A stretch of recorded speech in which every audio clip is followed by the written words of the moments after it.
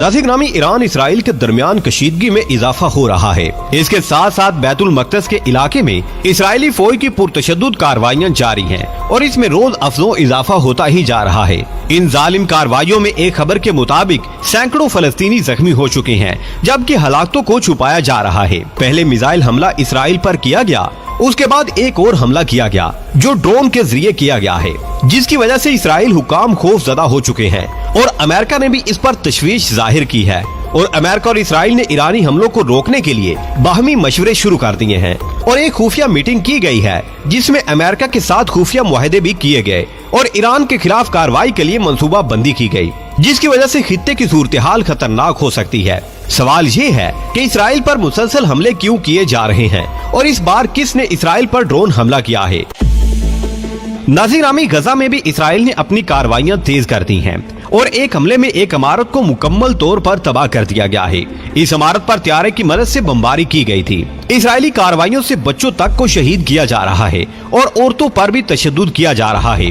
दूसरी तरफ फलस्तीनी मुजाहिदीन ने भी इसराइल को भरपूर जवाब देने का फैसला किया हुआ है और इनकी तरफ से इसराइली इलाकों पर मिसाइल दागे जा रहे हैं। इसराइल का दिफाई निजाम बुरी तरह से तबाह हो चुका है और वो कोई भी रॉकेट हमले को रोकने के काबिल नहीं रहा, जिससे इसराइल को तशवीश लाहक हो गई है और इस पर सवाल उठाए जा रहे हैं कि इनका आयरन डोम नामी दिफाई सिस्टम किस तरह मुकम्मल तबाह हो चुका है। इस सिस्टम ने इसराइल को 3 इतराफ से महफूज किया हुआ था, लेकिन हमास और फलस्तीनियों की रॉकेटों ने इसे नाकाम बना दिया है। पाक पुलिस को देखने और सुनने वाले प्यारे हम वतनों, जवाब में इसराइल भी सख्त कार्रवाइयों में मसरूफ है और इसने गजा की पट्टी पर शहरी आबादी पर हमले किए हैं, जिससे कई एक घर मुकम्मल तौर पर तबाह हो गए हैं और मकीन पनागाहों की तलाश में दर बदर हो रहे हैं और एक सरासमगी का आलम है जो चारों इतराफ में फैला हुआ है।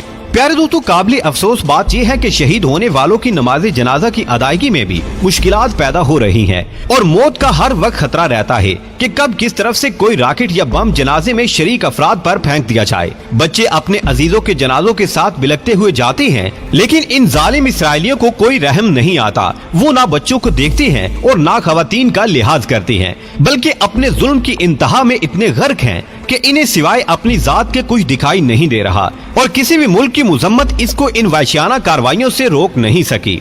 इसराइल के वज़ीर-ए-आज़म याहू ने भी इसराइली अफवाज को हमले में शिद्दत पैदा करने का हुक्म दे दिया है और भी शिद्दत से फलस्तीनियों के खिलाफ कार्रवाइयों का इंदिया दे दिया है, जिससे हालात मजीद कशीदा होने का अंदेशा है।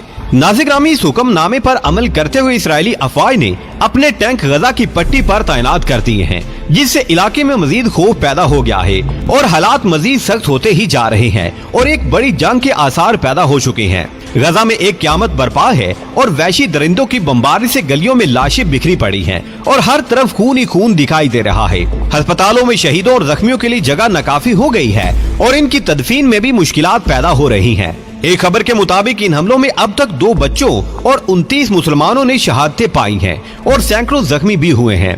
नाज़रीन, एक खबर के मुताबिक इसराइल ने शेख उल जारे पर हमलों का नया सिलसिला शुरू कर दिया है और पूरी फोर्स को इस मकसद के लिए अलर्ट कर दिया गया है और इसके साथ साथ मस्जिद अक्सा के इलाके में भी शदीद झड़पें जारी हैं और मस्जिद के एक हिस्से को आग भी लग गई है, जिससे फलस्तीनियों में गमो गुस्से की लहर दौड़ गई है।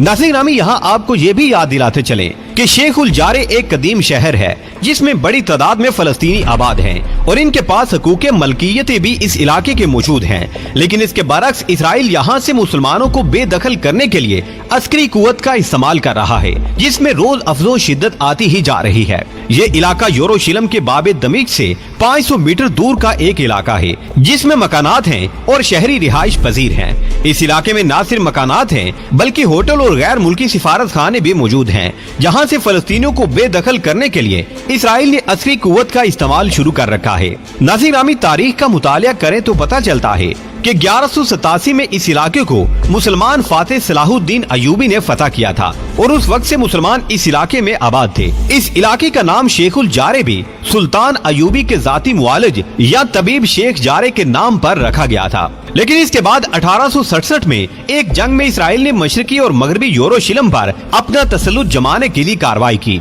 यहूदी इस इलाके को अपना मुकद्दस मकाम समझते हैं क्योंकि इनके मुताबिक इनका एक मजहबी रहनुमा इस इलाके में दफन है और इसलिए ये मकाम इनके लिए मोतबर मकाम का दर्जा रखता है। इसी वजह से 1948 से इसराइल और फलस्तीनियों के दरमियान तनाज़ात बढ़ते ही जा रहे हैं और इसराइल ने इस पर जबरदस्ती अपना तसल्लुत कायम कर लिया और आधा यरूशलेम यहूदियों ने ले लिया और अब इसराइल चाहता है कि बाकी निस यरूशलेम भी खाली करा लिया जाए। नासिरा में अब इसराइल ने अपना आखिरी जोर लगाना शुरू कर दिया है।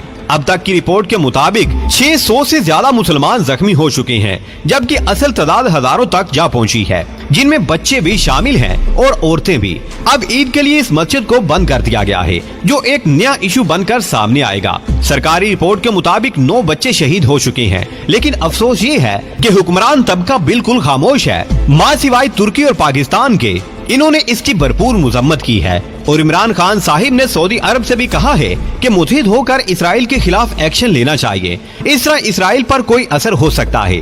नाज़िरामी, अब अगर तमाम मुस्लिम उम्मा इत्तेहाद के साथ मुकम्मल यकजहती के साथ इसराइल का बाइकाट करे तो ऐन मुमकिन है कि इसराइल घुटने टेक दे और अपनी कार्रवाइयों से बाज आ जाए। आने वाले वक्त में देखना ये है कि मुसलमान हुक्मरान इसराइल के खिलाफ क्या कार्रवाई करते हैं। आखिर में हमेशा की तरह दुआ है कि अल्लाह ताला फलस्तीनी माओ बहन भाइयों को जल्द अज जल्द इसराइल से आजादी नसीब फरमाए। आमीन या रब्बुल आलमीन।